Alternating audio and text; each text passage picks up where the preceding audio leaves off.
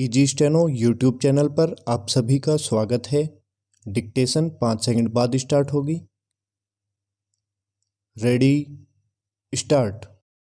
विपक्ष के रवैये से यही स्पष्ट हो रहा है कि चीन को लेकर संसद में हंगामा जारी रहेगा, जहां विपक्ष तवांग में चीनी सेना से झड़प के बाद चीन से लगती सीमा पर वस्तुस्थिति को लेकर चर्चा चाह रहा है। वहीं सत्ता पक्ष रक्षा मंत्री के वक्तव्य को पर्याप्त बता रहा है। यदि सत्ता पक्ष और विपक्ष में इसी तरह गतिरोध जारी रहा तो इससे दुनिया को यही संदेश जाएगा कि चीन को लेकर भारत का राजनीतिक नेतृत्व एकजुट नहीं। यह अच्छी स्थिति नहीं होगी, क्योंकि इस विषय पर पक्ष विपक्ष को न केवल एकजुट होना चाहिए बल्कि दिखना भी चाहिए। यह दुर्भाग्यपूर्ण है कि ऐसी स्थिति नहीं बन रही है। यह स्थिति न केवल सत्तापक्ष और विपक्ष के बीच के अविश्वास को प्रकट करती है, बल्कि यह भी रेखांकित करती है कि राष्ट्रीय सुरक्षा के मसले पर भी वे एक सुर में बोलने को तैयार नहीं।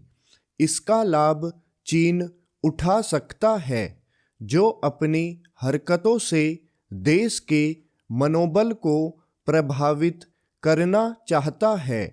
चीन के इस कुटिल इरादे को पक्ष विपक्ष के नेताओं को भांपना चाहिए और उन्हें एक सुर में उसे जवाब देने के लिए आगे आना चाहिए।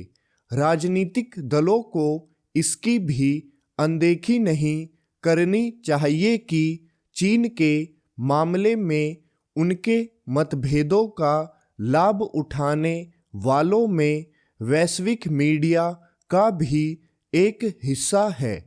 वह तवांग की घटना को मनचाहे तरीके से और तथ्यों को तोड़ मरोड़कर पेश करने में लगा हुआ है। इससे खराब बात और कोई नहीं हो सकती कि हमारे राजनीतिक दल दलगत राजनीति के फेर में संसद के भीतर अथवा बाहर ऐसा कुछ करे जिससे चीन को उस असहज स्थिति से बाहर आने का अवसर मिले, जिसका सामना उसे तवांग में हमारे सैनिकों के पराक्रम के चलते करना पड़ा। जब चीनी सैनिकों की एक बार फिर पिटाई हुई और उससे कुछ कहते नहीं बना, तब राहुल गांधी का यह कहना समझ नहीं आया कि अरुणाचल में हमारे सैनिक पिट रहे हैं। आखिर मोदी सरकार को कोसने के चक्कर में उन्होंने सेना का अनादर क्यों किया? तवांग की घटना के बाद पक्ष विपक्ष के राजनीतिक दलों के बीच जारी आरोप प्रत्यारोप कुल मिलाकर चीन को सहज होने का अवसर प्रदान कर रहा है।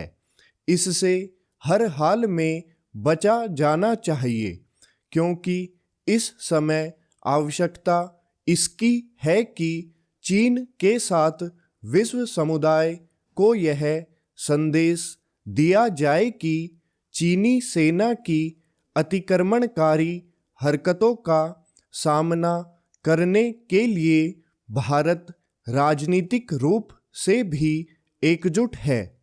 एकजुटता का यह संदेश तभी जाएगा जब चीन से निपटने के मामले में हमारे राजनीतिक दलों में आम सहमति नजर आएगी। उचित यह होगा कि सत्तापक्ष इसके लिए जतन करे कि चीन के मामले में विपक्ष आम सहमति की राह पर चलने के लिए तैयार हो।